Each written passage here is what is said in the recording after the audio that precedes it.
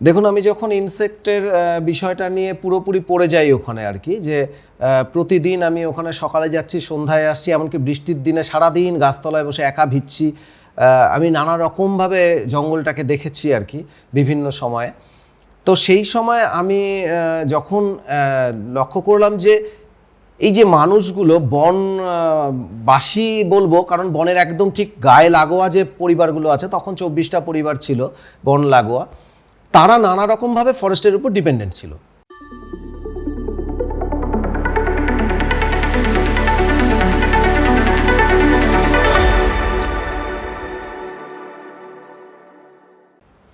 আপনি বহুমুখী প্রতিভার অধিকারী, আপনি একাধারে শিল্পী, ভালো আঁকেন, ভালো তবলা বাজান, সেই সঙ্গে আপনার প্রাণীদের জীবনচক্র নিয়ে আপনি পত্রিকা বার করেছেন। আপনার প্রচুর ছাত্রছাত্রী রয়েছে যারা নিজ নিজ আঙিনায় প্রতিষ্ঠিত। আপনি প্রথম কোন পেশাকে বেছে নিয়েছিলেন? পেশা হিসাবে যদি বলি তাহলে তো আর্টের টিউশন করাটাই প্রথম পেশা ছিল। যদিও আমি সেইভাবে এটাকে পেশা হিসাবে ধরি না, আমি শেখানোটাকেই বেশি গুরুত্ব দিই। ছাত্ররা ছবি আঁকবে, তাদের ভালো লাগবে আঁকতে, এবং এর মধ্যে দিয়ে তাদের মানসিক বিকাশ হবে, এই বিষয়টা আমার কাছে খুব গুরুত্বপূর্ণ। যে কারণে একটা তো কোনো পেশা থাকতেই হয় মানুষের, সেই হিসাবে আমি প্রথম আঁকার টিউশনটা দিয়েই শুরু করেছিলাম। আমরা জেনেছি আপনি পোকামাকড়কে তাদের সকাল থেকে রাত পর্যন্ত তারা কি করে, তারা কোথায় কিভাবে তাদের পর্যবেক্ষণ করা, মানে তাদের যে জীবনটা চলে, তারা কিভাবে কি খেয়ে বেঁচে থাকে, সেটা আপনি সকালবেলায় গিয়ে সন্ধেবেলায় ফিরতেন আমরা জেনেছি। এই বিষয়টা আপনি যদি একটু বলেন আমাদের দর্শকদের উদ্দেশ্যে। আসলে একটা সময় আমি প্রথম ফটোগ্রাফি যখন শুরু করি, তো ফটোগ্রাফি শুরু করার পরে আমার কাছে যে ক্যামেরা ছিল তার একটা লিমিটেশন ছিল। আমি দেখে নিয়েছিলাম যে সেটা দিয়ে ওয়াইড যে ছবিগুলো সেগুলো করার স্কোপ তখন ছিল না আমার কাছে, তখন যে ক্যামেরা ছিল, বরং তা দিয়ে ম্যাক্রো করা যেত ভালো। তো আমি প্রথম এখানে ম্যাক্রো ফটোগ্রাফি শুরু করি। ছোট কীটপতঙ্গ আমাদের চারপাশে এত বেশি পরিমাণে ছড়ানো রয়েছে, আমাদের এখানে একটি জঙ্গল রয়েছে আর কি, কুলিক ফরেস্ট যেটা, সেখানে তো আমি সেই আব্দুল ঘাটাতে গিয়ে সেখানে ইনসেক্টের সঙ্গে দীর্ঘ সময় কাটানো শুরু করি ফটোগ্রাফির কারণেই। তো আস্তে আস্তে আমি পরে ফটোগ্রাফিটার বিষয়টা থেকে মানে ওই কম্পিটিশান বা এক্সিবিশনে পাঠানো এই জায়গার থেকে সরে আসি, বরং আমি ওই সকালবেলায় চলে যেতাম ওখানে, আর যতক্ষণ না একেবারে পুরো অন্ধকার হয়ে যেত জঙ্গল, ততক্ষণ পর্যন্ত জঙ্গলে পড়ে থাকতাম। বিশেষ করে বৃষ্টির দিনেও সারাদিন একটা গাছতলায় বসে ভিজতাম আমি। লোকে সেই সময় অনেকে হেসে বলতো যে ওটা আমার ল্যাব, আমি ওখানে সারাদিনই থাকি। তো সেইভাবে তখন আমি ওদের বিহেভিয়ারগুলো দেখা শুরু করলাম, বিভিন্ন রকম ইনসেক্ট কে কাকে মারছে, কিভাবে মারছে, তার অদ্ভুত অদ্ভুত টেকনিকগুলো, সেগুলো দেখা শুরু করলাম, তার ডকুমেন্টস রাখা শুরু করলাম। কিন্তু সেগুলো তখন যে কম্পিটিশনে পাঠানোর জন্য ছবিগুলো নিয়ে আর ভাবছি, তখন আর সেটা করতাম না। তো এইভাবে আস্তে আস্তে বিষয়টার মধ্যে ঢুকে যাই। পরবর্তী সময়ে আমি এটা নিয়ে একটা পেপার লিখি। ইনসেক্টের ওখানে একটা বিরাট ফুড চেন আমি বের করি, যেখানে ফুড চেনটার একটা দিক উদ্ভিদের সঙ্গে রিলেটেড, আর একটা দিক স্তন্যপায়ীর রক্তের সঙ্গে রিলেটেড হয়ে যাচ্ছে। মাঝখানে প্রচুর ইনসেক্ট, এ ওকে খাচ্ছে, ও তাকে খাচ্ছে, এইভাবে। তো সেটা আমি বের করি এবং সেটাকে অ্যানালিসিস করি। তাতে আমার প্রমাণ করার জায়গাগুলো সব ছবি দিয়েই ছিল। কে কাকে খাচ্ছে আমি যে শুধু মন থেকে বলে দিচ্ছি বা কোনো বইয়ের কথা বলছি তা নয়, বরং আমি ছবি দিয়ে প্রমাণ করতাম, দেখো একে খাচ্ছে, এরকম। তো সেই ব্যাপারটা নিয়ে একটা দীর্ঘ সময় কাজ করেছি আমি আর কি। অসাধারণ। আপনার এই যে জীবনচক্র, মানুষের প্রাণীরা যে একজন আরেকজনকে খেয়ে ফেলছে বা কিভাবে খাচ্ছে, আমরা আপনার সঙ্গে গল্প করতে গিয়ে জেনেছি যে প্রাণীদের মাথায় যে প্রচুর বুদ্ধি রয়েছে, যে কারণে একজন প্রাণী একজনকে মারছে, সেই বিষয়টা আপনি খুব কাছ থেকে উপলব্ধি করেন। হ্যাঁ, আসলে ব্যাপারটা দেখুন, বিজ্ঞান না এভাবে বিষয়টাকে মানে না যে মানে ছোট কীট পতঙ্গদের মতো যে যারা রয়েছে তাদের কোনো বুদ্ধি আছে বলে, কারণ বুদ্ধির সংজ্ঞা মানুষ ঠিক করেছে।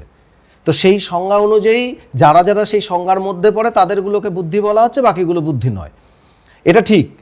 কিন্তু আমি পাখিদের ক্ষেত্রেও দেখেছি যে অনেক সময় দেখবেন আপনি আপনার ছোটোবেলাতে আপনি যখন বুলবুলি পাখিকে বাসা বানাতে দেখতেন, তখন যে জিনিসগুলো ব্যবহার করে বুলবুল পাখি বাসা বানাতো আর এখন বুলবুল পাখি যা দিয়ে ব্যবহার করে বাসা বানায়, দুটোর মধ্যে পার্থক্য হয়েছে। সেই পার্থক্যের মধ্যে কী অ্যাড হয়েছে দেখবেন আপনি, যে বাসার মধ্যে বুলবুলি পাখি পলিথিন ব্যবহার করছে, ক্যারি ব্যাগের টুকরো এগুলো ব্যবহার করছে। আপনারা অনেকে লক্ষ্য করে থাকবেন এই বিষয়টা। তো এবার ক্যারি ব্যাগটা ব্যবহার করেছে, আচ্ছা সামনে যা পেয়েছে তাই ব্যবহার করে দিয়েছে, এভাবে বলতেই পারেন। কিন্তু আপনি যদি খেয়াল করেন যে ও ক্যারি ব্যাগটাকে ব্যবহার করেছে বাসাটার নিচের দিকে, একটা ডাল, অনেকগুলো ডাল রয়েছে, সেই ডালগুলোর মাঝখানে যখন বাসাটা বানাচ্ছে সেইখানে সে পলিথিনটাকে ফার্স্ট ওখানে দিচ্ছে আর তারপরে বাকি জিনিসগুলো দিয়ে সে ব্যবহার করছে। তখন কি আপনার মনে হবে না যে ও কী করে বুঝলো যে ওই পলিথিনটা গোটা বাসাটাকে ধরে থাকবে? তো এই যে ব্যাপারটা, এটা আমাকে বিস্মিত করে। এবার আমি আর্টসের স্টুডেন্ট, আমি সায়েন্সের লোকও না, আমার সেই রকম বিরাট কোনো পড়াশুনো নেই এইসব নিয়ে, কিন্তু আমার অবজারভেশন আছে প্রচুর। আমি দেখতে শিখেছি যে যেই জায়গা থেকে আমি লক্ষ্য করেছি যে এই বিষয়টা কিন্তু আমাকে অবাক করে যে তারা এগুলো ব্যবহার করছে। অথবা কোনো পাখি তার বাসার ভেতর দিকে হয়তো তুত বাগানের পাশে বাসা করেছে, সেখান থেকে তুতের গুটিগুলো এনে সেগুলোকে ভেতরে ব্যবহার করেছে, মানে ওই জায়গাটাকে একটা গদি করে দিয়েছে যাতে ডিমটা কোনোভাবে ক্ষতিগ্রস্ত না হয়। ঠিক তেমনই ইনসেক্টের ক্ষেত্রেও আমি লক্ষ্য করেছি যে একটা ইনসেক্ট আর একটা ইনসেক্টকে মারার সময় যে পদ্ধতি নিচ্ছে সেগুলো কিন্তু ও বারবার পাল্টাচ্ছে। মানে আগে আরেকজনকে মারার সময় যে পদ্ধতিতে মেরেছিল আর পরে আবার একজনকে মারার সময় সেই সেম পদ্ধতি ব্যবহার করছে, এরকম কিন্তু করছে না। অনেক ক্ষেত্রেই সে পদ্ধতিটাকে চেঞ্জ করছে। তো স্বাভাবিকভাবে আমার মনের মধ্যে এই প্রশ্নটা কিন্তু প্রচণ্ডভাবে রয়েছে যে ও কি দিয়ে বোঝে যে একে এবার মারতে গেলে আমাকে এরকম একটা পদ্ধতি নিতে হবে। তো এটা আমাকে বিস্মিত করে এবং সেই কাজগুলোই আমি চেষ্টা করি ছাত্রদের মধ্যে ছড়িয়ে দিতে। হয়তো তারা আমার কাছে ছবি আঁকা শিখতে আসে বা ভাস্কর্য শিখতে আসে, কিন্তু আমি চেষ্টা করি যে এই কিউরিওসিটিটা তার মধ্যে ঢুকিয়ে দিতে, সেও যেন এই প্রশ্নগুলো করতে শুরু করে, সেও যেন তার বাড়ির পাশের ইনসেক্টের এই যে বিস্ময়কর জীবন সেটা যেন দেখতে সে অভ্যস্ত হয়। আমরা শুনেছি আপনার খুব দামি দামি ক্যামেরা ছিল, তার মাঝখানে একটা ক্যামেরা চুরিও হয়ে যায়, পরবর্তীতে আপনি সেই ক্যামেরাটা কোনো কারণে আপনার সামনে চলেও এসেছিল, কিন্তু আপনি তাকে বুঝতে দেননি যে এটাই আপনার ক্যামেরা ছিল। তার কারণটা কি ছিল, মানে কিভাবে? আসলে আমার ঘর থেকে একটা ক্যামেরা চুরি হয়েছিল। ক্যামেরাটা তখন দাম ছিল 56,000 টাকা এবং আমি 6 মাসও ব্যবহার করিনি ক্যামেরাটা। সেই অবস্থায় ঘরের ভেতর থেকে চুরি হয়ে যায়। তো যাই হোক, এটা নিয়ে সেভাবে বলার তো কিছু নেই, চুরি হয়ে গেছে, আমাকে আবার একটা ক্যামেরা কিনতে হয়েছিল। ঠিক 2 বছরের মাথায় ক্যামেরাটিকে আমরা তখন একটা ওয়ার্কশপ করাতাম, অ্যাস্ট্রোনমি ওয়ার্কশপ, 5 দিনের ছাত্রদের নিয়ে। স্ন্যাপ নামে আমাদের একটা সংস্থা ছিল, তার থেকে। তো সেখানে একজন ছাত্র, তার বাড়ি রায়গঞ্জে নয়, কিন্তু সে ওই ক্যামেরাটা নিয়ে আসে, তার ক্যামেরা বলে সে। ক্যামেরাটা 2 বছর একটু পুরনো হয়ে গেছিলো, কিন্তু আসলে যা হয় আর কি, যে আমার সন্তানের মতো, তো ফলে আমি চট করে দেখে আমার মনে হয়েছিল যে এটা আমার ক্যামেরাটা। কারণ আমি লেন্স এবং বডির যে কম্বিনেশন আমি করেছিলাম বা ভেতরে কিছু সেটিং চেঞ্জ করা ছিল আমার, সেগুলো দেখে আমি বুঝতে পেরেছিলাম এটা আমার সেম ক্যামেরাই। পরবর্তীতে তার যে নাম্বারটা, সিরিয়াল নাম্বারটা আমি দেখি ওর মধ্যে, কারণ ক্যামেরার মূল চার্জার আমার বাড়িতে ছিল, ক্যামেরার বাক্সটা আমার বাড়িতে ছিল, ফলে আমি বাড়িতে গিয়ে মিলিয়ে দেখলাম যে আমারই ক্যামেরা। কিন্তু আসলে সেই ছাত্রটি আমাদের সেই ওয়ার্কশপের একজন ট্রেনি। ফলে আমার কাছে মনে হয়েছিল যে এটা অনেক বেশি গুরুত্বপূর্ণ যে একটা ওয়ার্কশপ চলাকালীন ছাত্রর সঙ্গে যেন কোনো রকম মনোমালিন্য তৈরি না হয় বা এটার জন্য ওয়ার্কশপটার যেন কোনোভাবে ক্ষতিগ্রস্ত না হয়, সেটাকে আমি বজায় রাখতে গিয়েই আমি তাকে এই ব্যাপারে প্রতিবাদ করিনি বা কিছু জিজ্ঞেস করিনি। খুব সুন্দর। আপনার এই মহানুভবতা আমাদের দর্শকদের ভীষণভাবে উদ্বুদ্ধ করবে। আমি শুনেছি আপনি অনেক রাত পর্যন্ত জেগে কাজ করেন, ঘুম থেকে ওঠেনও তাড়াতাড়ি। তো আপনার এখন এই মুহূর্তে বয়স কত? মানে 4-এর ঘর 50+। 50 বছর বয়সে আপনার ঘুমটা 5 ঘন্টা মতো ঘুমন। তো 5 ঘন্টা ঘুম তো মানে চিকিৎসা শাস্ত্র বলছে না যে আপনি 5 ঘন্টা ঘুমন সুস্থ থাকবেন। তো আপনার কি কখনো মনে হয় না যে ঘুমটা বাড়ানো উচিত, বা কেন রাত জাগছি, বা এই বিষয়টাকে কিভাবে আপনি নিয়েছেন? কি হয়, আমার কাজের ক্ষেত্রে রাত একটা সুবিধাজনক, কিছু কিছু কাজের ক্ষেত্রে আমার রাতটা সুবিধাজনক এই কারণে যে রাতে চারপাশে কোনো আওয়াজ থাকে না, নিজের মতো করে কাজ করাতে। আমি কোনো ডিজাইনের কাজ যখন করি কম্পিউটারে বসে, তখন আমার রাতে হলে সুবিধা, কোনো ডিস্টারবেন্স নেই, কেউ আসছে না, একটা ব্যাপার। আবার আমি যখন লেখালেখি করি, কবিতা লিখি বা কিছু, তখনও আমার ভাবতে সুবিধা হয় রাত্রি হলে, কারণ রাতের মধ্যে কোনো ডিস্টারবেন্স থাকে না। দিনে হলে অনেক কাজ থাকে, একটা কিছু ভাবছি সেই সময় কেউ এসে ডাকলো, তো সেই কারণে রাতটা বেশি প্রেফার করি। তো এইভাবে দীর্ঘ বছরই চলছে। একটা সময় থেকে আমার যখন আমি মাধ্যমিকের আগে আমার কোনো একটা সময় মৃত্যু চেতনা আমার মধ্যে এসেছিল, যে পৃথিবীটা থাকবে, শুধু আমি থাকবো না, এই বাড়িঘর এই রাস্তা সব থাকবে, শুধু আমি থাকবো না। এটা যখন মাথায় আসে তখন ভীষণ অস্বস্তি বোধ হচ্ছিল, ঘুমোতে পারছিলাম না দীর্ঘ কিছুদিন। তারপর আস্তে আস্তে নানাভাবে নিজেকে মোটিভেট করি এবং বোঝাই। তখন আমার মনে হয়েছিল যে আমাদের লাইফ স্প্যানটা না একটা ফিক্সড, ওর বেশি আমি বড় করতে পারবো না। সেটাকে বড় করার দুটো রাস্তা আছে। একটা হচ্ছে আমি এই টাইমে দাঁড়িয়ে অনেক বেশি পরিমাণে কাজ করতে পারি, মানে আমার ঘুমানোর টাইম কমিয়ে দিতে হবে। এবং সেই কারণে আমি তারপরে দুপুরবেলা করে ঘুমানোটা বন্ধ করেছিলাম, যে আমি মাধ্যমিকের পর থেকে দুপুরবেলায় আর কোনো দিন ঘুমাতাম না। মানে খুব অসুস্থ হলেই একমাত্র ঘুমাতাম, তাহলে হয়তো আমি মানে যতটা বেশি সম্ভব দিনের আমি জেগে তাকিয়ে থাকতাম, কারণ আমাকে প্রচুর দেখতে হবে, এটা আমার মনে হয়েছিল। আর 2 নম্বর যেটা আমার মনে হয়, যে আমাকে এমন কিছু কাজ করে যেতে হতো যা আমার মৃত্যুর পরেও আমার জীবনটাকে লম্বা করে দেবে, যেটা রবীন্দ্রনাথ করতে পেরেছেন বা এরকম অনেকে করতে পেরেছেন। রবীন্দ্রনাথ আমাদের কাছে একটা দৃষ্টান্ত, যে তিনি কবে থেকে নেই আমাদের মাঝখানে, কিন্তু আমরা এখনও যে কোনো বিষয় আলোচনা করতে গেলে তার একটা উদাহরণ টেনে আনি, মানে তিনি আসলে জীবিত আছেন। এই জীবনটা যদি বানানো যায় তাহলে খুব ভালো হতো। আমি যদি সেরকম বানাতে পারতাম আমার জীবনটাকে, আমার কাজকর্ম দিয়ে, যে আমার জীবনটা আমি না থাকার পরেও লম্বা হবে, কিছু মানুষ আমাকে মনে রাখবে কোনো দিন। তো সেরকম হয়তো বানাতে এখনও পারিনি আর কি, কিন্তু মনে হয় সেটা আর কি। খুব সুন্দর। এবারে আমরা জানবো যে আপনি কি কি কাজের সঙ্গে যুক্ত, যদি আপনি আমাদের দর্শকদের উদ্দেশ্যে কিছু বলেন। হ্যাঁ, কাজ বলতে দেখুন, ছোটোবেলা থেকে ছবিটাই এঁকেছি মেন। আমি নিজে, আমার কোনো শিক্ষাগুরু ছোটোবেলা থেকে সেই অর্থে ছিল না। আমার বাবা তার যে প্রতিভা ছিল ভেতরে লুকোনো, সেই প্রতিভার কারণে তিনি আমার ভুল ত্রুটিগুলো হয়তো বলে দিতে পারতেন যে এই জায়গাটাতে ভুল হচ্ছে, কিন্তু আমাকে শেখানোর মতো সেরকম কেউ ছিল না। একবারে পরবর্তীকালে একাডেমি অফ ফাইন আর্টসে আমি যাই, মাঝখানে বাবা অ্যাক্সিডেন্টে মারা যান, ফলে আমার জীবনের ছকটা একটু পাল্টে যায় সেখান থেকে। তো তার পরবর্তীকালে আমি ভারতবর্ষের খুবই বিখ্যাত একজন শিল্পী প্রকাশ কর্মকার, তার কাছে আমি তার বাড়িতে গিয়ে দীর্ঘ বছর আঁকা শিখেছি।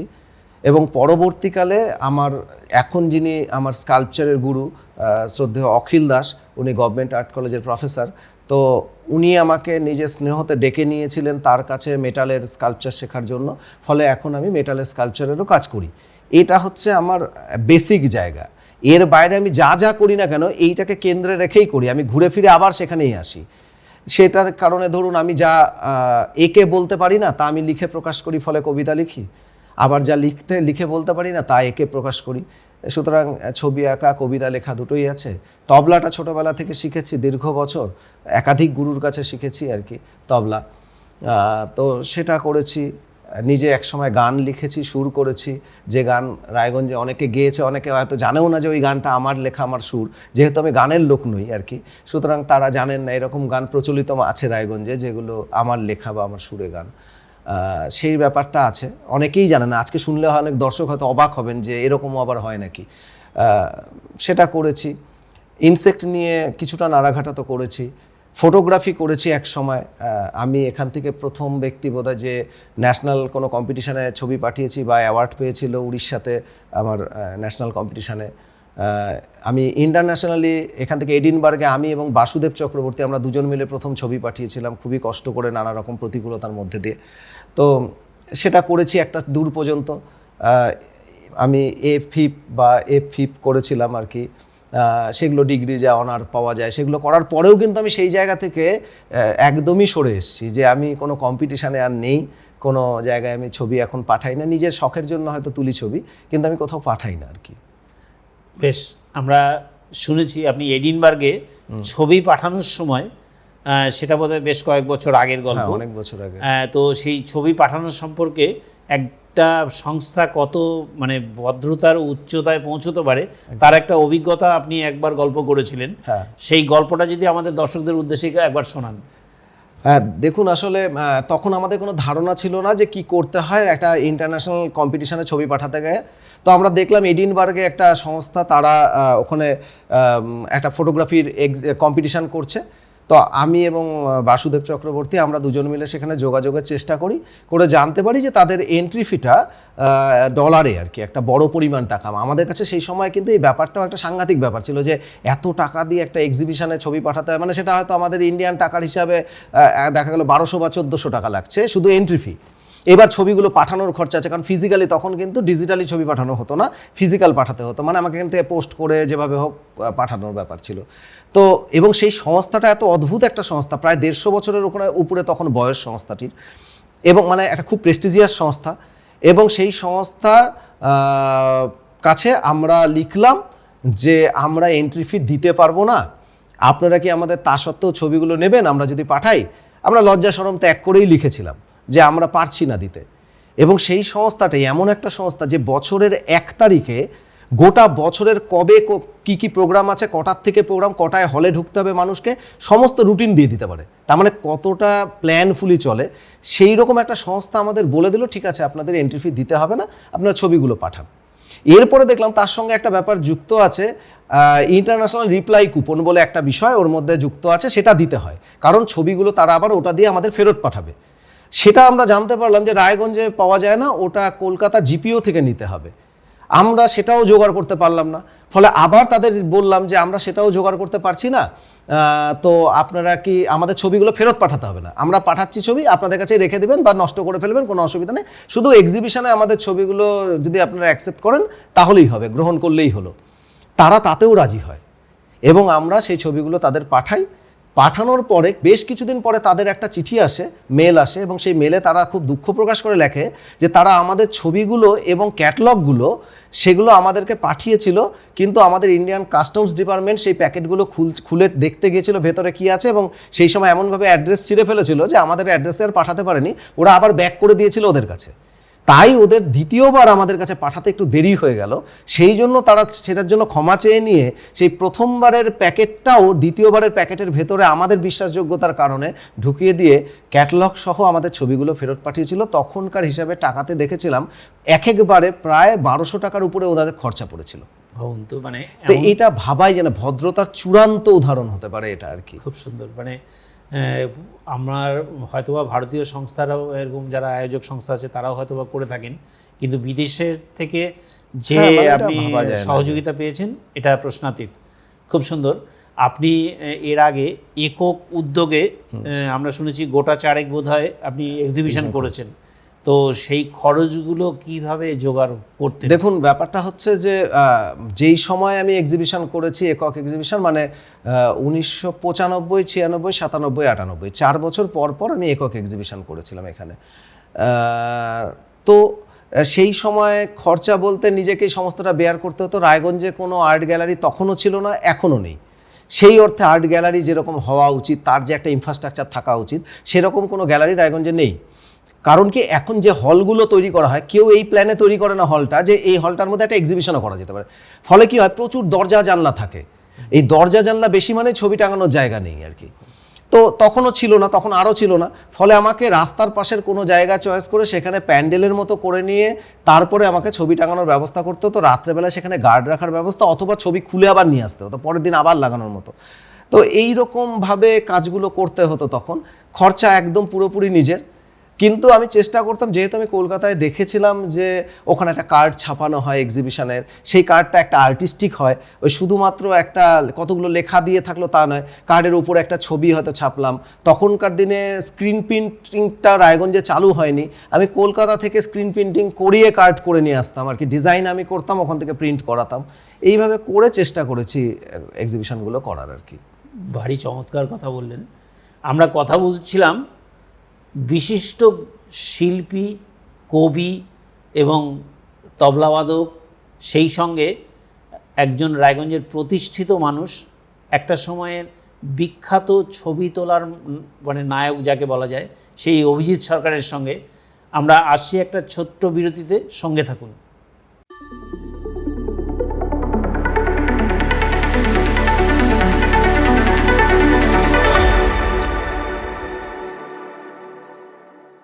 ফিরে এলাম বিরতির পর। এবারে আমরা চলে যাব শিল্পী অভিজিৎ সরকারের কাছে। আপনি এর আগে রায়গঞ্জের আব্দুলঘাটা বলে একটা জায়গা রয়েছে কুলিক নদীর পাড়ে, সেখানে প্রায় 2 ডজন বাড়ি ছিল। প্রত্যেকটা মানুষের জীবন জীবিকা নির্বাহের জন্য যারা পাতা কুড়োতেন, এই বিষয়টা যদি আমাদের দর্শকদের উদ্দেশ্যে একবার বলেন। দেখুন, আমি যখন ইনসেক্টের বিষয়টা নিয়ে পুরোপুরি পড়ে যাই ওখানে আর কি, যে প্রতিদিন আমি ওখানে সকালে যাচ্ছি, সন্ধ্যায় আসছি, এমনকি বৃষ্টির দিনে সারাদিন গাছতলায় বসে একা ভিজছি। আমি নানা রকমভাবে জঙ্গলটাকে দেখেছি আর কি বিভিন্ন সময়ে।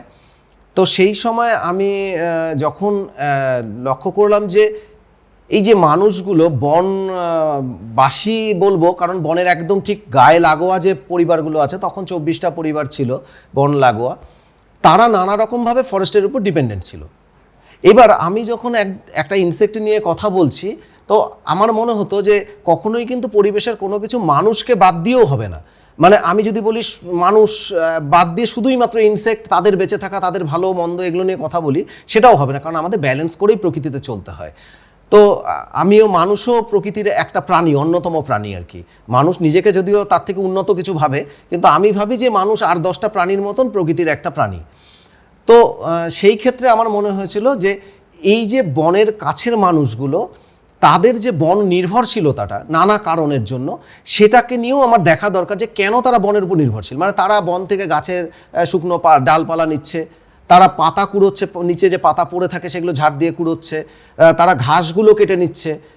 তো যেটাতে হয়তো ইনসেক্টের সমস্যা হচ্ছে, কিন্তু শুধু ইনসেক্টের সমস্যা বললে হবে না, মানুষগুলোর কি সমস্যার কারণে নিচ্ছে সেটা দেখা দরকার। তখন আমি তাদের বাড়ি বাড়ি গিয়ে আমি আর্থিক অবস্থা একটা স্টাডি করি। তাতে দেখা যায় যে কতজন পুরুষ, কতজন মহিলা, কতজন বাচ্চা রয়েছে, শিশু, বাড়ির মেন ইনকাম সোর্স কি, এবং তাদের মাথাপিছু মান্থলি আয় কত, এগুলো দেখি। কারণ সেটা না দেখলে আমার ওটাকে বিশ্লেষণ করতে অসুবিধা হচ্ছিল।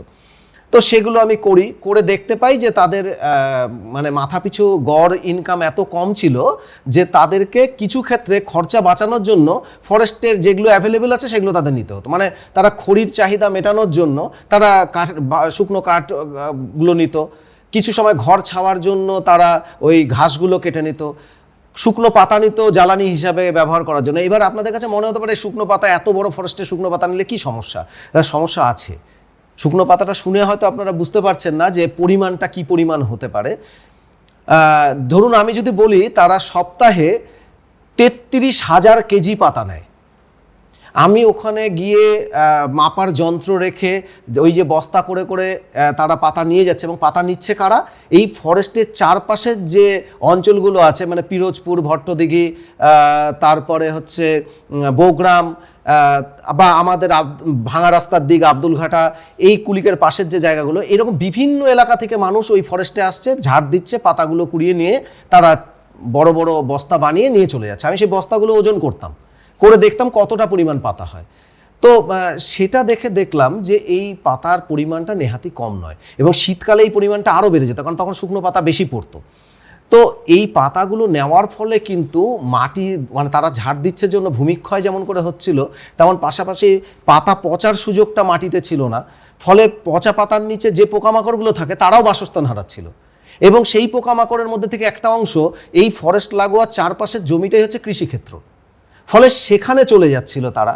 আবার সেই কৃষিক্ষেত্রে চাষ করতে গিয়ে পোকার উপদ্রব বেশি হলে পরে ওই মানুষগুলোই সেখানে কীটনাশক দিয়ে যাচ্ছে প্রচণ্ড পরিমাণে, আবার সেই ফসলটাই সে নিজে খাচ্ছে। ফলে একটা মানুষ একদিকে ডিপেন্ডেন্ট হতে গিয়ে আর এক দিক দিয়ে ঘুরিয়ে তার ক্ষতি করছিল। তো এই বিষয়টা নিয়ে আমার পেপারটা লেখা ছিল, এবং আমি সেটা একটা ন্যাশনাল সেমিনারে, রায়গঞ্জে ইউনিভার্সিটি এখন, তো সেইখানে, তো সেই সময় রায়গঞ্জ কলেজ যখন ছিল তখন একটা ন্যাশনাল, ওটা একটা ন্যাশনাল লেভেলের সেমিনার ছিল, সেখানে আমি যাই হোক পড়েছিলাম আমার পেপারটা, এবং সবাই খুব অ্যাপ্রিসিয়েট করেছিলেন যে মানে ওটাই একমাত্র পেপার ছিল যেটা ফিল্ড ওয়ার্কের উপর বেস করেছিল।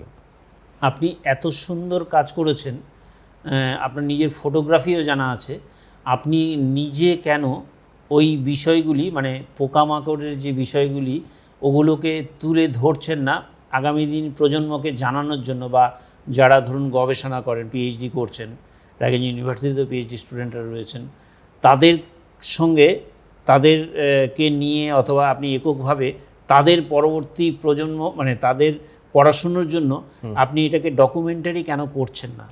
বা দেখুন এই জায়গাগুলোতে না একটা সমস্যা কীরকম আছে, দেখুন আমি প্লেন বিএ পাস একটি ছেলে আর কি।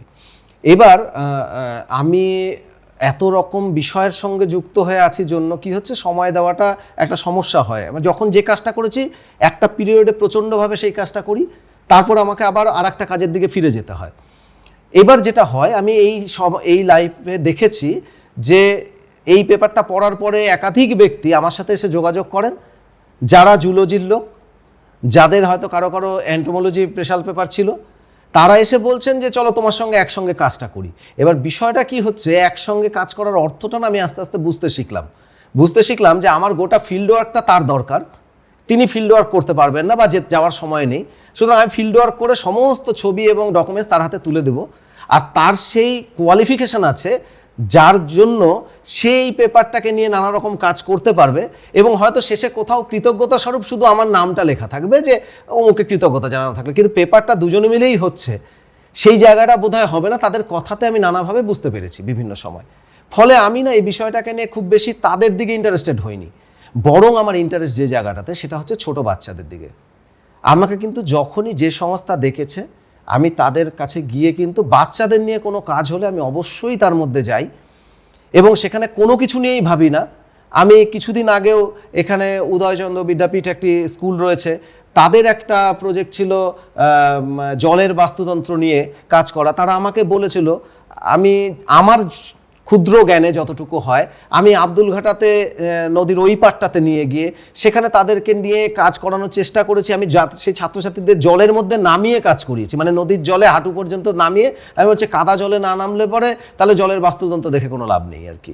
তো সেগুলো করার চেষ্টা করেছিলাম, স্কুলের টিচাররা সেই সুযোগটা আমাকে দিয়েছিলেন, আমি আমার মতো করে চেষ্টা করেছি। দেখেছি বাচ্চারা প্রচণ্ডভাবে শিখতে চায়, আমরা তাদের শেখাতে পারিনি, এটা আমাদের ব্যর্থতা। কোনো বাচ্চাকে আমার কখনো মনে হয়নি যে সে ইন্টারেস্টেড নয়, শুধু তার সামনে আমরা যদি গল্পের আকারে তুলে ধরতে পারি বিষয়গুলো, আগ্রহ করার মতো ভাবে গল্পগুলো বলতে পারি, তাহলে তারা প্রচুর প্রশ্ন করে। তো সেই জায়গাটা আমি আমার ছাত্রদেরও, যারা আর্টের ছাত্র, তাদেরও আমি বছরে একবার এরকম ফরেস্টে নিয়ে গিয়ে একদিনের নেচার স্টাডি ক্যাম্প করি, যেখানে তারা নেচারের মধ্যে বসে ছবি আঁকে। আউটডোর ছবি আঁকাটা আমি প্রথম শুরু করেছিলাম আমাদের এদিকে, যে আউটডোরে বসে ছবি আঁকতে হবে সবাইকে। তো না হলে না নেচারকে চেনা যায় না, জানা যায় না, বা কোনো একটা সাবজেক্টকে আমি যদি দেখে না আঁকি, তাহলে ছবি দেখে ছবি এঁকে কখনো আঁকা শেখা যায় না। তো সেটা আমি করেছিলাম। আস্তে আস্তে সেই প্রোগ্রামটার মধ্যে আমি যুক্ত করি, গার্জেনদেরকেও আমি আঠা কাগজ সাপ্লাই দিচ্ছি, তারা ওই জঙ্গলের মধ্যে থেকে কুড়িয়ে নিয়ে, গাছের কোনো কিছু ছেঁড়া যাবে না, ভাঙা যাবে না, এগুলো আমার ইনস্ট্রাকশানে থাকে, গাছ নষ্ট করা যাবে না, শুধু যা পড়ে আছে শুকনো পাতা, ফুল, ফল, ডাল, সেগুলোকে নিয়ে তারা আঠা দিয়ে আটকে এক একটা শিল্পকর্ম করবেন, তাদেরকে পুরস্কৃত করার ব্যবস্থা রাখি। নেচার নিয়ে কুইজ করি জঙ্গলের মধ্যে বসে, যে চারপাশে ওই প্রকৃতির মধ্যে বসে বাচ্চারা নেচার কুইজের উত্তর দিক, সেগুলো করার চেষ্টা করি। ওদের মধ্যে কিছুটা অ্যাডভেঞ্চার জুড়ে দেওয়ার চেষ্টা করি। কখনো ইনসেক্ট নিয়ে, কখনো বার্ড নিয়ে, কখনো স্নেক নিয়ে ক্লাস করানো হয়, এবং তারপরে তাদের কালার কিছু ছবি দিয়ে দিই নামসহ, যেগুলো তারা বাড়িতে গিয়ে কখনো যদি দেখে ওটার সঙ্গে যেন মিলিয়েও জানতে পারে এটা এরকম। তো এরকম ছোটো ছোটো আমার ক্ষুদ্র সামর্থ্যে যতটুকু করা যায় আমি সেভাবে তো বাচ্চাদের মধ্যে আমি ঢুকিয়ে দেওয়ার চেষ্টা করি আর কি। চমৎকার। আমি আরেকটা কথা বলি, যে ডকুমেন্টারি করার কথা আমি বললাম আপনাকে, এখন তো বুঝতেই পারছি যে অডিও ভিজুয়ালের যুগ, মানে অনেক বেশি মানুষ শিখতে পারবেন, জানতে পারবেন। গোটা বিশ্ব জুড়ে এই যে প্রচুর গবেষক রয়েছেন, তারা হয়তো বা রায়গঞ্জের নাম জানবেন। তো সেই ডকুমেন্টারি করার কি ভাবনা আপনার কখনো রয়েছে? দেখুন, আমি ওই সময়ের দিকে কিন্তু স্টিলের সঙ্গে সঙ্গে প্রচুর ভিডিও তুলেছিলাম, কিন্তু তখন ওই মিনি ডিভির ক্যাসেটে তোলা আমার। এইবার পরবর্তীকালে তো এই ক্যামেরাগুলো উঠে গেল, ফলে ক্যাপচার করা নিয়ে সমস্যা হয়ে যাচ্ছে। আমার কাছে অনেক প্রায় 4 ঘন্টার মতো ক্যাসেটে বিভিন্ন ইনসেক্টের আছে, তার কিছু অংশ আমি সেই সময় অল্প অল্প করে ক্যাপচার করেছিলাম, কারণ আমি বিভিন্ন স্কুলে গিয়ে বাচ্চাদের দেখাতাম এগুলো।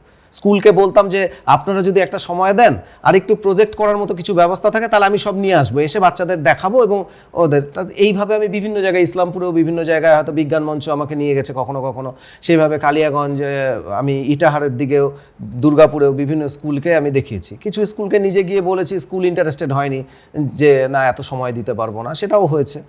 তো সেইভাবে করেছি। এবার আমার অবশ্যই ইচ্ছে আছে ছবিগুলো নিয়ে, যেমন এক্সিবিশন হয়েছে আমার ইনসেক্টের ছবি নিয়ে, এখানে একবার একটা মানে ওরা এক্সিবিশন করেছিল, তো আমার কাছে ছবিগুলো চেয়েছিল, তাতে আমি প্রচুর ইনসেক্টের একটু বড় করে প্রিন্ট করা ম্যাক্রো ফটোগ্রাফি যেগুলো করেছিলাম, সেই ছবিগুলো আমি দিয়েছিলাম। তো এইগুলো করি, ডকুমেন্ট বলতে এইভাবেই রাখা আছে আর কি।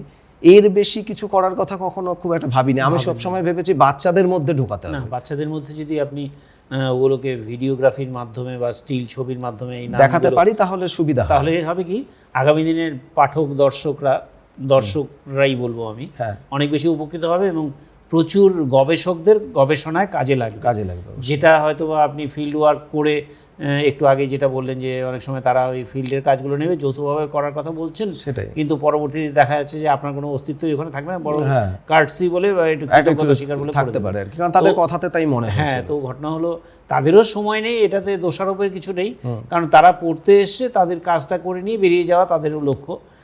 আজকে আপনি আগামী প্রজন্মকে কি ঘোষণা দেবেন যে এটা করলে গার্জিয়ান থেকে শুরু করে এই যে ধরুন এই পোকামাকড়কে বাঁচিয়ে রাখার জন্য, বা নদী সভ্যতা, মানে প্রত্যেকটা বড় শহরের কাছেই একটা করে নদী রয়েছে, যেমন ভারতবর্ষের যমুনা নদীর তীরে দিল্লি অবস্থিত, ঠিক তেমনি কলকাতাও যখন ভারতবর্ষের রাজধানী ছিল 1911 সালের আগে পর্যন্ত, সেটাও আপনার হুগলি নদীর তীরে অবস্থিত ছিল। রায়গঞ্জ কুলিক নদীর তীরে, আমাদের মস্কো যেটা রয়েছে একেবারে রাশিয়ার যে রাজধানী, সেটা মস্কোভা নদীর তীরে অবস্থিত, প্যারিস শিন নদীর তীরে অবস্থিত। ঠিক তেমনি আপনি এই কুলিক নদীটাকে বাঁচিয়ে রাখা বা কুলিক নদী সভ্যতাটাকে এগিয়ে নিয়ে যাওয়ার জন্য, বা পরবর্তী আপনার পূর্বসূরীরা তো আপনারা বাবা মা ব্যবহার করেছেন, আপনি এখন বর্তমান প্রজন্ম হিসেবে আপনি ব্যবহার করছেন, আপনি উত্তরসূরিদের জন্য আপনি কুলিক নদীকে বাঁচানোর কি ঘোষণা? দেখুন, মানব সভ্যতা সবসময় নদী তীরে গড়ে উঠেছে, এটা তো আমরা ইতিহাস থেকেই জানতে পারছি। যে কোনো নদীর তীরে সভ্যতা গড়ে উঠছে। কুলিক নদী এক সময় তার যখন যৌবন ছিল, আমি এখন বলবো কুলিক নদী বার্ধক্যে আছে, যৌবনে নেই। যৌবনের সময় এই নদী দিয়ে বাণিজ্য হয়েছে, যে কারণে আমাদের বন্দর যে জায়গাটা, সেটা ওই বাণিজ্য থেকে এসছে, আমরা জানতে পারি যেটুকু। তো আস্তে আস্তে প্রত্যেকেরই ক্ষয় হয়, তার বেঁচে থাকার লাইফ স্প্যানটা কমে আসে নানা কারণের জন্য। আমরা দেখব এখন কুলিক নিয়ে আমাদের আলোচনা হচ্ছে, কুলিক নদীর নোংরা করছে মানুষ প্রচণ্ডভাবে, বিভিন্ন সময়ে তারা নোংরা ফেলছে নদীতে নিয়ে গিয়ে, যেটা ফেলতে আমরা না করছি। এটা দেখুন নদী দূষণ কমানোর জন্য একটা রাস্তা হতে পারে, কিন্তু নদী বাঁচবে কি করে এইটা হয়তো অনেক বড় ব্যাপার। যারা এই নিয়ে গবেষণা করেন নদী নিয়ে, তারা আরও ভালো বলতে পারবেন। আমার ক্ষুদ্র জ্ঞানে আমি একটা বিষয় বুঝি, শুনতে খুব খারাপ লাগবে হয়তো আপনাদের সবারই আর কি এই কথাটা, এবং আমার সঙ্গে কেউ হয়তো একমত হবেন না, তবু আমি আজকে বলছি, কুলিক নদী একদিন বাঁচবে না। আর কুলিক নদীর বাঁচার সম্ভাবনা কমে যাচ্ছে এবং আর বাঁচবে না। আমরা বাঁচাতে পারবো না নদীকে। মানুষ জোর করে বাঁচাতে পারে এটা আমার মনে হয় না। মানুষ কতগুলো স্টেপ নিতে পারে হয়তো, কিন্তু নদীকে মানুষ বাঁচাতে পারে না। নদী নদীর মতো করে বাঁচে। এবার আপনারা যদি বলেন কেন কুলিক নদী বাঁচবে না কেন, অনেকে বলবেন ড্রেজিং করে নদী খাদ আরো বাড়িয়ে দিতে হবে, জল ধারণ ক্ষমতা বাড়াতে হবে। আমি ধরেই নিলাম যে আমরা ব্যয় করছি, তা দিয়ে কি নদী বাঁচে? নদীকে ড্রেজিং করলে কি নদী বাঁচে? আপনাকে আগে বুঝতে হবে কুলিক নদীর উৎপত্তি কোথায়। বাংলাদেশের একটা বিল থেকে। এবার যে বিল থেকে উৎপন্ন একটা নদী, মানে যার জলের সোর্সটা ওই বিলটা, আপনি দেখুন আপনার চারপাশের বিলগুলোর কি অবস্থা। আস্তে আস্তে বিলগুলো ভরাট হয়ে গিয়ে সেখানে বাড়ি উঠে যাচ্ছে প্রায়, সেগুলো কোনোটা ধান ক্ষেত হয়ে গেছে, কোনোটা বাড়ি উঠে যাচ্ছে, এরকম। ফলে বিলগুলো তার নব্যতা হারিয়েছে, এবং সেই জন্য সেখান থেকে জল আসার যে ব্যাপারটা সেটা কমে যাচ্ছে। এবার এটা তো আমার দেশেই না, অন্য একটা দেশে পড়ে আছে তার সোর্স। সেই সোর্সটা কিভাবে নষ্ট হচ্ছে, আস্তে আস্তে সেই বিলটা বুঝে আসছে, আমার তাতে হাতই নেই। তো সেই জলে পুষ্ট একটা নদী, সে আর কতদিন বাঁচবে এইটা আগে ভাবুন। আপনি ড্রেজিং করলে নদী বাঁচবে, আমার অন্তত এরকম মনে হয় না। নদী তার ফ্লোতেই নিজের নোংরা পরিষ্কার করে নেয়, যদি তার ফ্লো ঠিক থাকে। এই নদীটা যদি পাহাড়ি জলে পুষ্ট নদী হতো, তাহলেও আমরা একরকম ধরতে পারতাম যে প্রতি বছর বর্ষাতে প্রচুর পরিমাণে জল উপর থেকে নেমে আসবে, তার সাথে পাথর নেমে আসবে, সেই ধাক্কাতে নদী খাদের কিছুটা পরিষ্কার হবে, হয়ে নদী সব ভাসিয়ে নিয়ে গিয়ে আবার নদী নিজেকে পরিষ্কার করে নেবে। কিন্তু আমার কুলিক নদীর ক্ষেত্রে সেই স্কোপটা কতখানি আছে, আমাদের এইটা ভাবা দরকার বোধহয়। খুব সুন্দর। যেভাবে আমাদের শ্রীমতী নদীটা শেষ হয়ে গেল, কালিয়াগঞ্জে শ্রীমতী নদীটার আর অস্তিত্বই নেই প্রায়। মানুষ নষ্ট করেছে আরো মাঝখানে মাঝখানে বাদ দিয়ে, নানা রকম ভাবে জমি দখল করে, সেটা তো আলাদা একটা প্রশ্ন আছেই। ঠিক ঠিক। আমরা অভিজিৎ সরকারের মতন একজন কলা বিভাগের ছাত্রের কাছ থেকে বিভিন্ন বিজ্ঞান বিষয়ক যে সমস্ত কথাগুলো শুনলাম, তা দর্শকদের অত্যন্ত কাজে আসবে। আগামী দিনে তার কথা যদি মানুষ ধরে চলেন, হয়তোবা মানব সভ্যতা উপকৃত হবে। অভিজিৎবাবুর দীর্ঘ জীবন যেমন কামনা করি, ঠিক তেমনি অভিজিৎবাবুকে আরও পথ চলার জন্য রইল শুভকামনা। নমস্কার।